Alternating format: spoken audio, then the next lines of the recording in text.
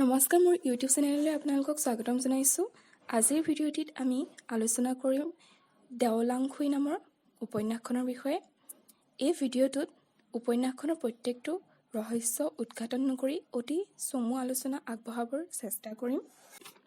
আপোনালোকৰ যদি এই ভিডিঅ'টো চাই ভাল লাগে তেন্তে লাইক, শ্বেয়াৰ আৰু ছাবস্ক্ৰাইব কৰিবলৈ নাপাহৰিব।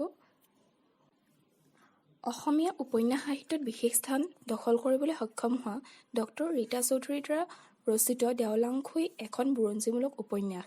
এই উপন্যাসখনৰ বাবে ডক্টৰ ৰীতা চৌধুৰীয়ে সাহিত্য অকাডেমী বঁটা আৰু কলাগুৰু বিষ্ণুপ্ৰসাদ ৰাভা বঁটা লাভ কৰে। দেওলাংখুইৰ অৰ্থ হৈছে দেওলগা তৰোৱাল। ইয়াত জকাংক ৰজাৰ তৰোৱালখনৰ কথা কোৱা হৈছে।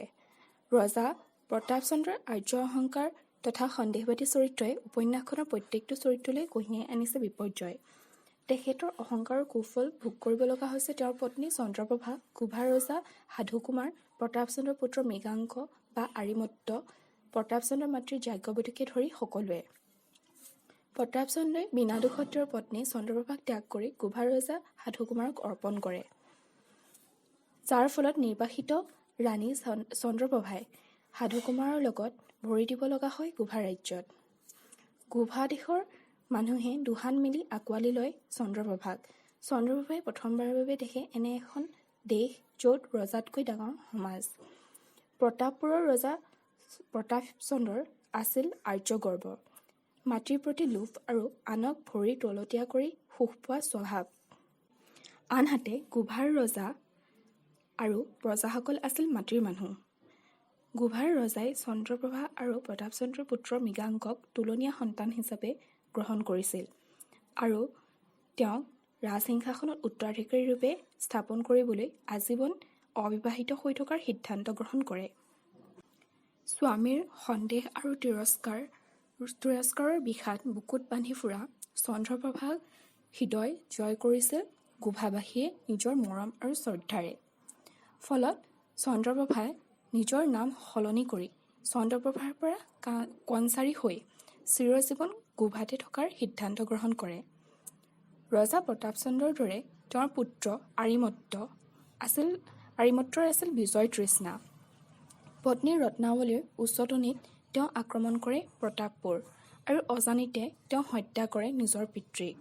আনফালে মৃগাংকৰ অৰ্থাৎ আৰিমত্তৰ পত্নীয়ে কৰে নিজৰ স্বামীৰ লগত বিশ্বাসঘাতকতা।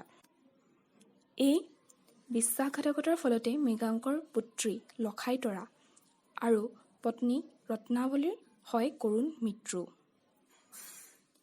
এফালে পিতৃ আৰু কন্যাৰ মৃত্যু, আনফালে পত্নীৰ বিশ্বাসঘাতকতাই দিয়ে আৰিমত্তক গভীৰ দুখ।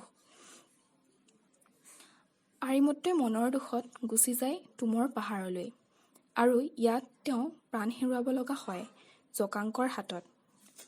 খলাৰ ৰাণী গংগাৱতীয়ে যেতিয়া পুত্ৰ জকাংকই আৰিমত্তক হত্যা কৰাৰ কথা গম পায় তেতিয়া নিজ পুত্ৰক তেওঁ অভিশাপ দিয়ে, যি হাতেৰে তেওঁ আৰিমত্তক হত্যা কৰিলে সেই দুখন হাতেৰে তেওঁ মৰণকালত পানী খাবলৈ নাপাব আৰু বিপদৰ সময়ত তেওঁৰ অস্ত্ৰই তেওঁৰ লগ এৰিব।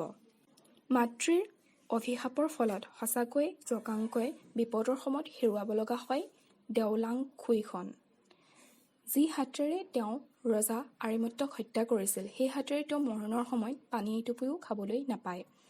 খলাৰ ৰাণী গংগাৱতীয়ে বাৰু নিজৰ একমাত্ৰ পুত্ৰক কিয় অভিশাপ দিছিল? তেওঁৰ বাবে কিয় আৰিমত্ত পুত্ৰ জকাংকতকৈ বেছি আপোন আছিল? আৰু ৰত্নাৱলীয়েনো কি বিশ্বাসঘাতকতা কৰিছিল? কিদৰে দেওলাংখুইখন হেৰুৱাই জকাংকই মৃত্যুমুখত পৰিব লগা হৈছিল? জানিবলৈ উপন্যাসখন পঢ়ক।